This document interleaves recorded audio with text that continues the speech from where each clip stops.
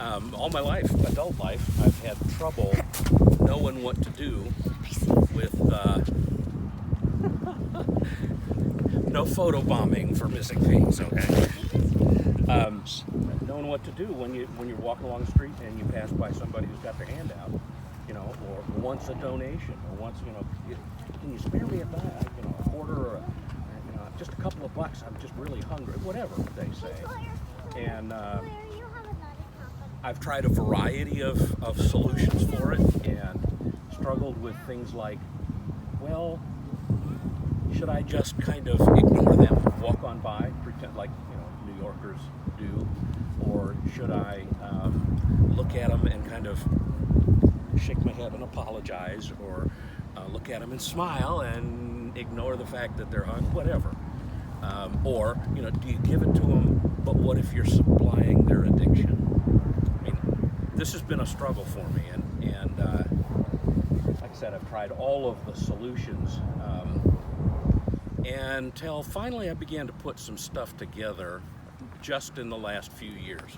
So this is not something I solved when I was 21, and you all should already have it. I'm older than you, and it still took me time.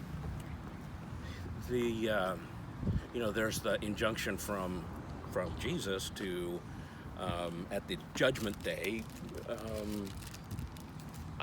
you saw me naked, did you clothe me? You clothed me, yes. You clothed me, no. That's the decision point at the pearly gates.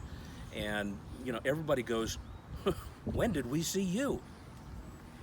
And, I don't know, is this embarrassing?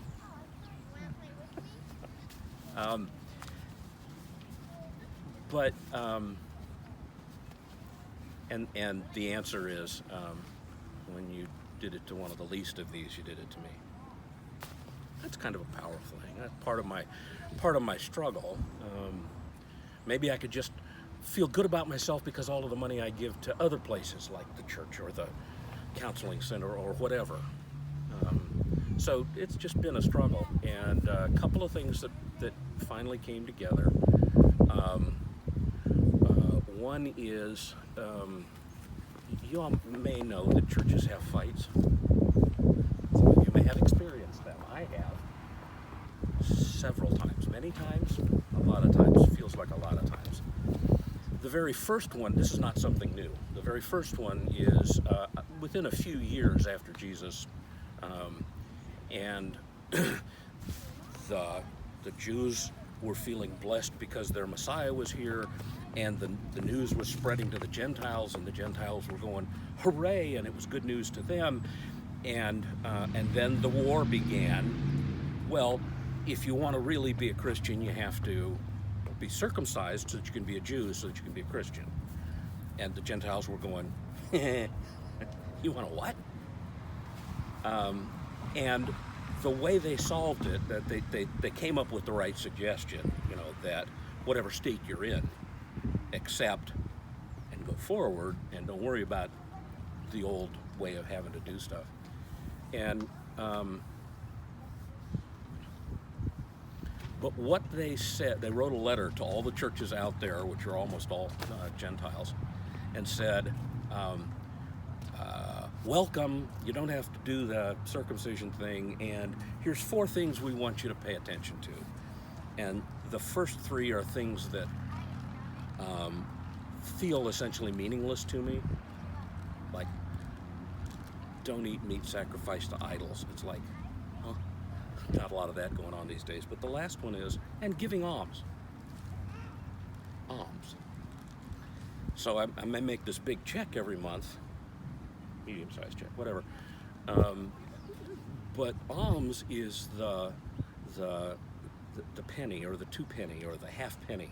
It's the littlest coin for the guy whose hand is, and it's I'm hungry.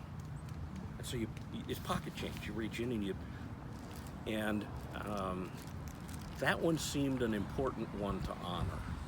If the whole gathered leaders of the church decided that that's one of the 4 most important things to tell everybody to keep doing, must be important.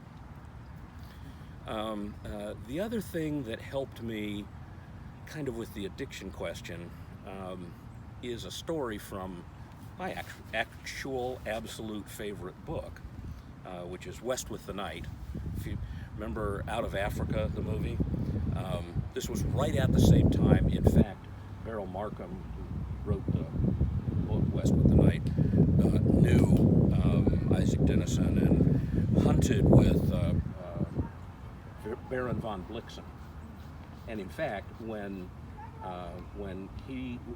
the two of them decided to go back to London, probably leaving Africa for the last time, and so they jumped in her airplane and flew, and hopped all the way. And when they got to Benghazi, of all places, there were no rooms anywhere in the city.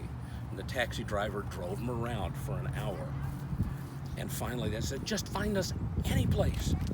Pulled in, and yes, there was a room. Turned out it was in the worst slum, the most rundown building in it. It used to be a brothel, or it still was, or something. And the brothel keeper and Blix got talking, and they had to kind of find languages that they could, his second or third language and her smattering of fourth and fifth or something. Turned out she had been kidnapped at 6 and had been a white slavery prostitute. She was 16 before she figured out that that's what she was doing. She just thought life was like that. And she wanted to maybe see if she couldn't scrape together enough money to go to a place that seemed like maybe it was Dutch that she learned first.